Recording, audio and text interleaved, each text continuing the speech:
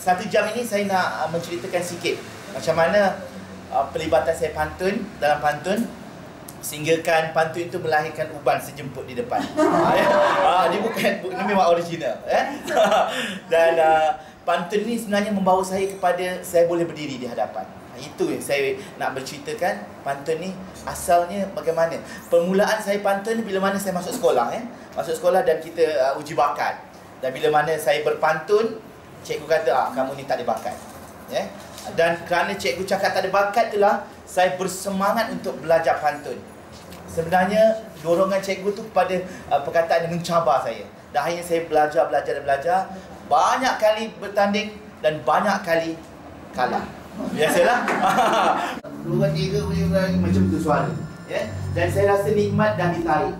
Bila baik dan baik, muncullah uban ini. Dan saya rasa saya harus kembalikan balik bakat yang saya ada ni dan perjuangkan pantun di mana sahaja.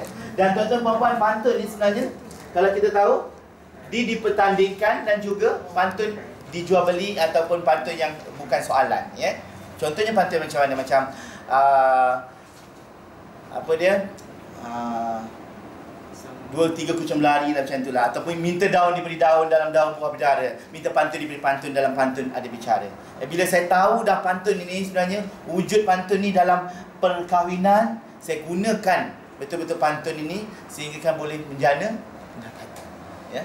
Dan kita tengok kalau perkahwinan tak ada pantun tak seri kan? Betul tak? Jadi hari ini saya nak cerita macam mana saya mengolah pantun ni. Bila mendengar tadi sedikit babak-babak yang Datuk ceritakan tadi, memang ada benarnya. Memang benarlah, sahih. Dalam pantun saya fikir ada lima hukum yang perlu kita tahu.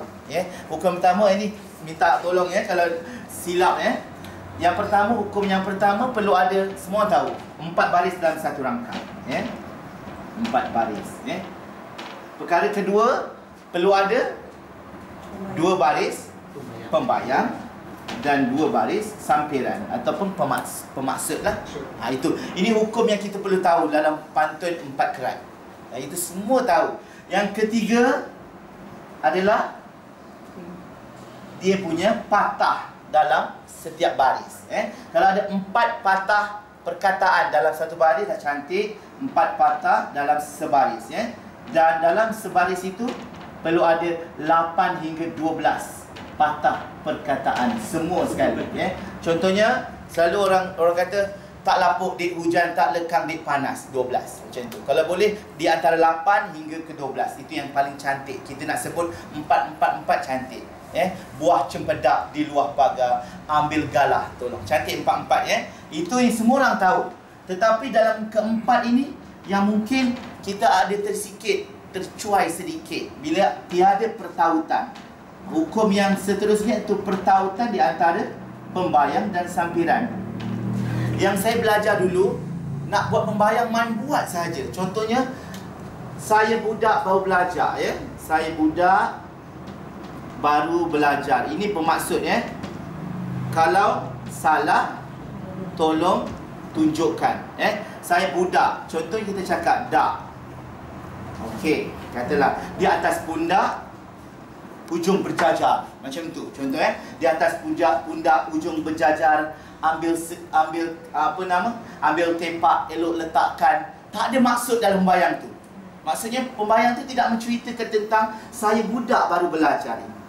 Itu saya fikir baru ini saya dapat tangkap kenapa dulu hakim tak bagi saya menang. Sebab pembayang yang saya buat tak ada maksud. Main sedap je. Pergi ke kedai membeli laksa, main sedap je. Sebenarnya kena ada pertautan, itu baru saya belajar. Dan tahun lepas Dewan Bahasa alhamdulillah hantar saya ke Brunei. Dan saya belajar lagi perkara kelima, iaitu ada falsafah dalam pantun. Ini falsafah. Falsafah ini macam mana? Pembayang dan pemaksud ada falsafahnya. Bukan sahaja pembayang sahaja, pemaksud saja ada falsafah. Contohnya saya budak baru belajar, kalau salah tolong tunjukkan. Maksud kita merendah diri, nak ilmu kita perlu cari. Itu nilai yang baik. Tetapi di dalam pembayang pun ada nilai. Itu yang saya belajar. Dalam pembayang pun ada falsafah yang terkandung, bukan saja pertautan. Tetapi pembayang, apa pembayang tadi? Buah cempedak. Kenapa dia cakap? Kenapa tak cakap buah lain? buah durian di luar pagar atau buah ciku di luar pagar. Nak sama, itu memang sama. Tapi yang saya fikir, saya belajar, mungkin saya boleh berfikir sejenak, buah cempedak ni wangi sangat buahnya. Seolah-olah baby ataupun budak yang baru kecil je, ya, yang kita nak di luar pagar. Kita tak cakap di dalam pagar. Itu dia punya falsafah. Kita boleh cakap buah cempedak di dalam pagar, macam hal milik kita. Sebenarnya ilmu itu hal milik tuan-tuan. Contohnya saya nak dapatkan dari tuan-tuan. Jadi itu sebab dikatakan buah cempedak di luar pagar. Sebab kesusahan kita nak cari ilmu itu. Macam mana? Saya budak baru belajar, saya nak belajar dengan tuan-tuan. Macam itulah buah cempedak tu dilambangkan dengan saya budak. Kenapa tak saya cakap hamba budak? Kenapa tak saya budak ataupun saya murid baru belajar? Boleh juga. Budak tu diistilahkan sebagai budak yang naif, ya, yang baby yang baru, yang tak ada apa-apa ilmu, mungkin ada sedikit ilmu, ya, baru belajar. Setiap perkataan ni ada falsafah dia. Kalau salah, tolong tunjukkan. Ambil galah. Ambil galah ini adalah salah satu cara nak dapat ilmu. Macam tu juga nak dapat cempedak. Jadi setiap itu, kalau salah, ambil galah. Cantik. Bukan saja rima yang sama. Itu saya sangat setuju Datuk cakap tadi. Atas itu kalau boleh tak nak ada rasa. Tak nak ada rasa. Dia satu subjektif yang bagi orang menerangkan pertautan. Mungkin ada semua tuan-tuan puan-puan tengok macam kita main sedap lah letak, ya, dak. Contoh dak letak apa semarak. Sungguh semarak bunga seroja. Apa cantik sedap bunyi kan, tapi tak ada maksud. Berkaitan sungguh semarak bunga seroja, tak ada kaitan budak bawa belajar. Macam itu. Setuju boleh setuju, kalau tak setuju boleh nak kat tangan mungkin. Ini yang saya nampak sepanjang saya berpantun ini, kena ada cikgu juga sebenarnya. Dan cikgu tu berceritakan saya, oh macam ni punya. Barulah kita terfikir sejenak. Janganlah atas tu langit mendung, terkena petir lah apa tu semua. Bawah tu saya bersanding di atas beramai. Petir dengan beramai sebagainya. Mestilah cantik perumpamaan, kain dan sebagainya, dilipat-lipat elok buat hantaran. Macam tu. Saya harap itu yang boleh kita kita pertimbangkan 5 perkara ini. Dan dari segi pengolahan pantun dan masalah yang selalu orang, bukan masalah lah, mungkin orang yang baru ataupun kita baru bercimpung nak buat pembayang macam mana ni, macam mana saya nak membayang ni. Saya pun bila dah banyak kali dah kita nak buat, kita ada satu kamus pantun. Hari ini kita kena start buat kamus pantun ni lah. Macam mana bentuk kamus pantun ni? Okey, yang ini dalam 1, 2, 3 helai sudah cukup, ya. Helaian pertama, helaian pertama adalah A. Macam itulah A. Suspend, helaian kedua I lah. Dia ada dalam 10 helaian saja, ya. A, E lah ada E dah terlepas lah, ya. O dengan U. Macam itulah, ya. Okey. So A ni terbahagi kepada, start dengan AA, tak adalah kata AA, BA. Betul, ya. CA, DA, FA, dan sebagainya sampailah ZA lah. Kalau ada perkataan ZA tu, tapi kalau tak ada buang je lah. Contohnya tuan-tuan puan-puan nak cari pantun susahnya lah, inilah kita rujuk. Katalah hari ini kita nak belajar bar saja. Ke sumbar, apa lagi? Tiba lagi. Seorang satu tolong saya. Tuba. Hiba. Raba. Bahaya tu. Riba. Tiba. Dan banyak sekali bar. Kadang-kadang dalam satu hari kita dapat yang lain. Bila kita dapat je, kamus pantun buka. Oh, bar. Bar. Raba. Semua. Dan sebagainya. Dan buat semuanya. Ni I pun ada. BI, itu yang benda tak baik jangan tulis, ya. Okey. CI dan sebagainya. Tapi ada juga satu, ini yang vokal di depan ataupun konsonan di depan. Macam ni saya buat, ya. Tapi ini konsonan di belakang. Bermaksud macam ni. AB. AC tak adalah, AD ada. Sebab. Bab. Sebab. Okey. Letak je lembab dan getik-getik semua, ya. Okey. Albab. Tulis saja, tak kisah albab ke, lembab ke, sebab, musabab, bab. Kau boleh mana kita kau boleh kita elakkan nama orang. Nama orang tu memang kita kena elakkan lah sebab nampak janggal sikit, kan. Nama tempat? Nama tempat pun macam takut tempat tu salah. Contohnya macam tempat Kuala Lumpur. Kuala Lumpur, apa ni, terbentang sawah contoh kan. Tak sesuai kan. Lain macam tu. Nama sedap tapi dah tak logik, takut tak logik. Tempat airnya biru. Kalau boleh dielakkan, dan saya ingat komedi hakim dulu pun nama orang, nama tempat perlu dielakkan, bukan tak elok tapi ada pantun yang banyak macam contohnya Pulau Pandan macam tu kan, nama tempat dia menceritakan tentang keadaan itu, keadaan suasana itu. Macam tu. Sibukkan. Gunung Daik. Bercaban 3. Tak silap saya Datuk itu memang ada. Pulau Pandan jauh ke tengah. Gunung Daik bercabang 3. Hancur badan di kandung tanah tu. Memang ada. Dan kita pun cakap, apa Pulau Pandan jauh ke tengah, Gunung Daik pula, apa kaitan dia? Dan masa orang tu, saya tak silap saya, orang yang ceritakan ni, dia naik sampah, dia nampak Gunung Daik tu bercabang 3 macam tu. Dia punya masa dia tengah naik sampah tu, dia tulis mungkin kita lah. Kasih sini lah. Jangan balik nanti asam pedas di bawah itu contoh. Kita ceritakan tempat pula. Jangan macam tu ya. Sungguh sedap makan bersama Puan Norma. Ada kaitan bawah lah.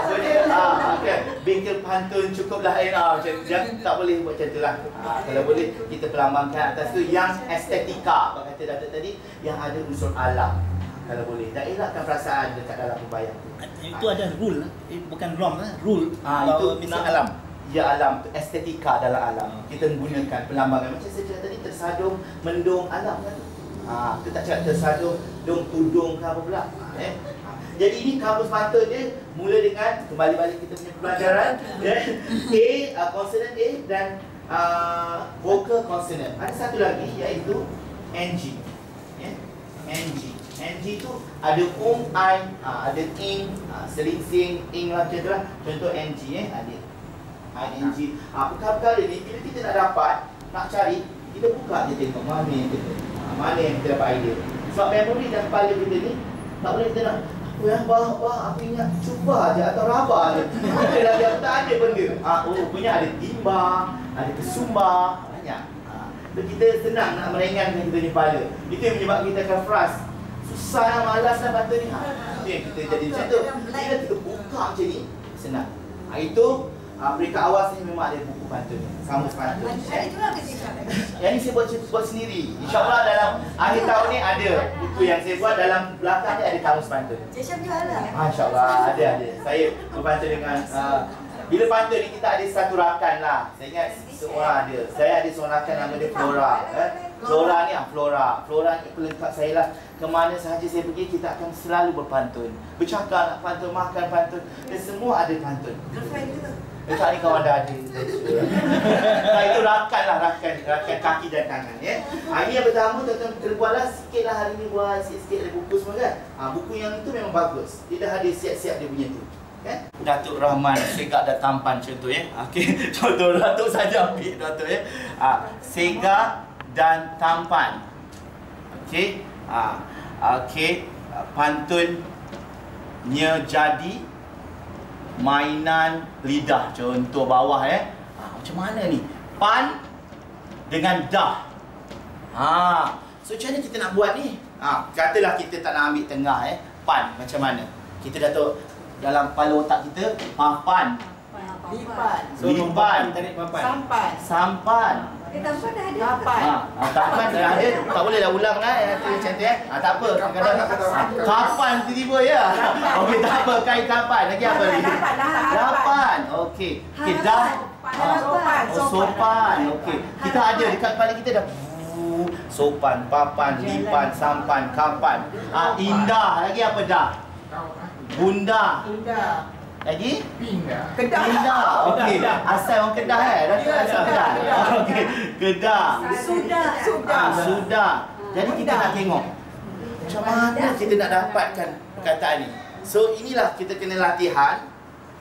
Contohnya pan, pan dan dah. Okey, apa dia? Anak turun yang membawa papan. Contoh kan, melengkap rumah menjadi indah. Contoh je. Jadi tuan-tuan puan-puan kena sebut. Contoh saya sebut puan Sari. Puan buat sekarang. Sungguh cantik bunga di desa, ambil sekuntum cantik berseri. Macam tu. Kena buat macam tu, spontan je. Cakaplah apa pun. Pagi-pagi makan laksa, anak-anak berlari-lari. Contoh, kita buat yang benda yang tak elok tak apa. Kita praktis. Lama-lama kita akan keluar macam tu je. Jadi ini pembayang ni kadang-kadang kita buat tanpa sedar, kita boleh buat. Bila orang cakap, Rita, sungguh cantik bunga kasturi. Subur indah di tepi merata-rata di hujung kota. Contoh.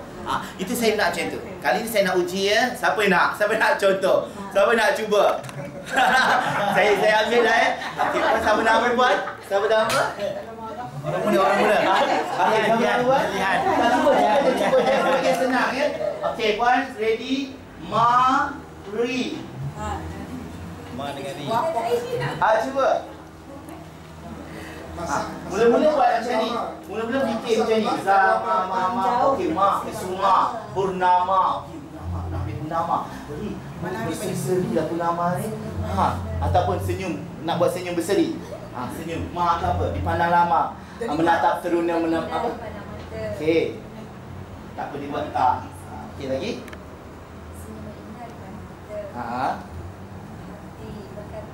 Hati terpaut.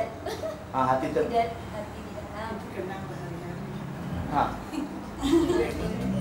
Cincin diberi.